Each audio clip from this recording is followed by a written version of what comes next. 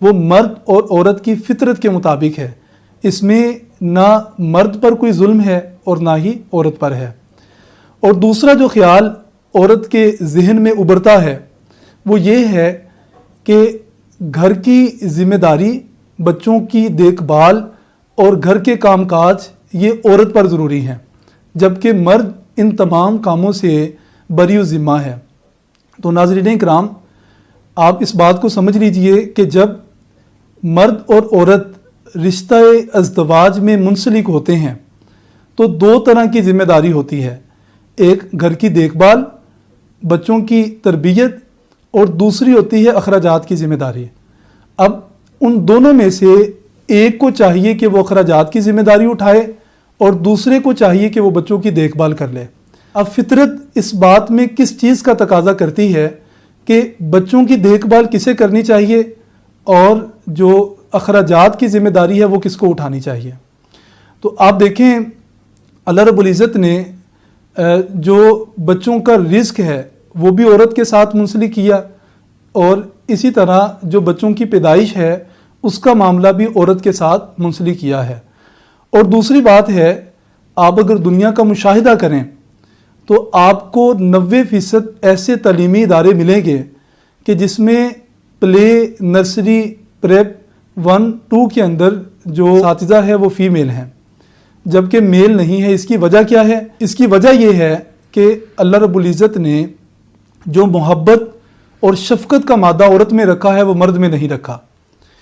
تو یہ بات بھی اس چیز کا تقاضا کرتی ہے کہ بچوں کی دیکھ بھال اور گھر کی ذمہ داری جس طرح عورت اٹھا سکتی ہے ایسے مرد نہیں اٹھا سکتا۔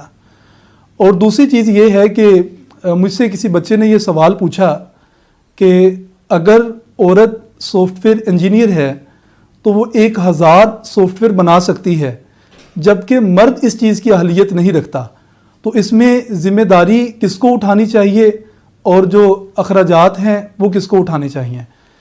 تو میں نے اسے کہا کہ اگر ایک عورت 1000 اپنی زندگی میں سافٹ ویئر بنا سکتی ہے تو دوسری صورت یہ ہے کہ وہ ایسے 4 بچے بنا دے کہ جو 1000 سافٹ ویئر بنا سکتے ہیں، تو ان دونوں میں بہتر چیز کیا ہے؟ تو یقیناً ہر انسانی ذہن یہی سمجھے گا کہ 4 بچے اس طرح کی 4 بچوں کی تربیت اس طرح کرنا کہ وہ 1000 سافٹ ویئر بنا سکے، یہ معاشرے کے لیے زیادہ بہتر ہے۔ اور تیسری چیز جو لڑکیوں کے ذہن میں خیال کے طور پہ ابھرتی ہے وہ یہ ہے کہ مرتبے میں مرد اور عورت میں بڑا کون ہے؟ تو اس میں اسلام کا ایک واضح فیصلہ ہے کہ مردوں کو عورتوں پر 1 درجہ فضیلت حاصل ہے۔ اب یہ فضیلت کس درجے کی ہے؟ دیکھیں، عورت کی بھی پیدائش ہوتی ہے اور مرد کی بھی پیدائش ہوتی ہے۔ اسی معاشرے میں مرد پروان چڑھتا ہے اور اسی معاشرے میں عورت پروان چڑھتی ہے۔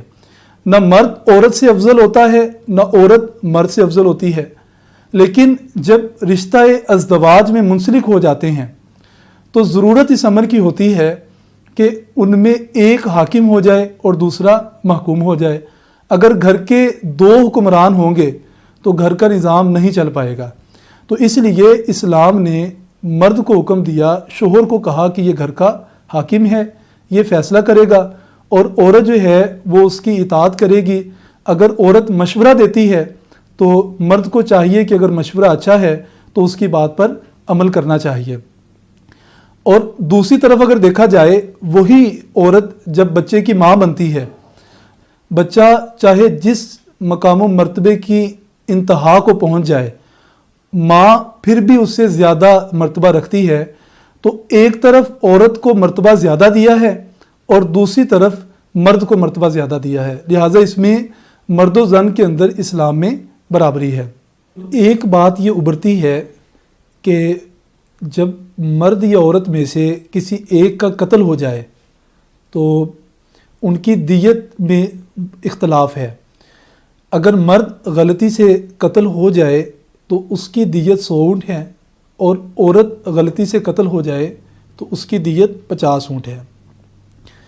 تو اس میں اکثر جو خواتین ہیں وہ سوچتی ہیں کہ شاید مرد کی زیادہ اہمیت ہے اور عورت کی اہمیت نہیں ہے، اس لیے عورت کی دیت کم ہے۔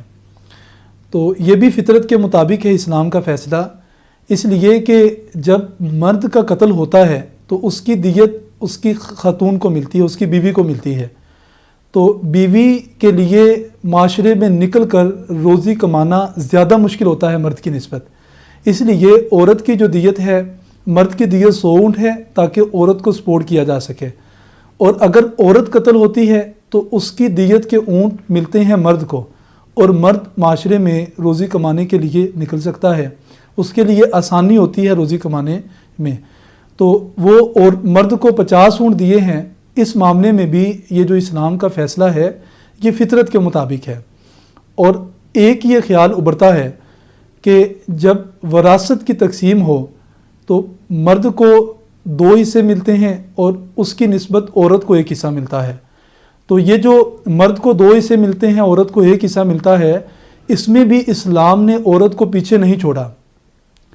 جو عورت ہے اس کو 1 حصہ مرد کی طرف سے ملتا ہے اور 1 حصہ اپنے شوہر کی طرف سے ملتا ہے، تو اس کے بھی 2 حصے بن جاتے ہیں۔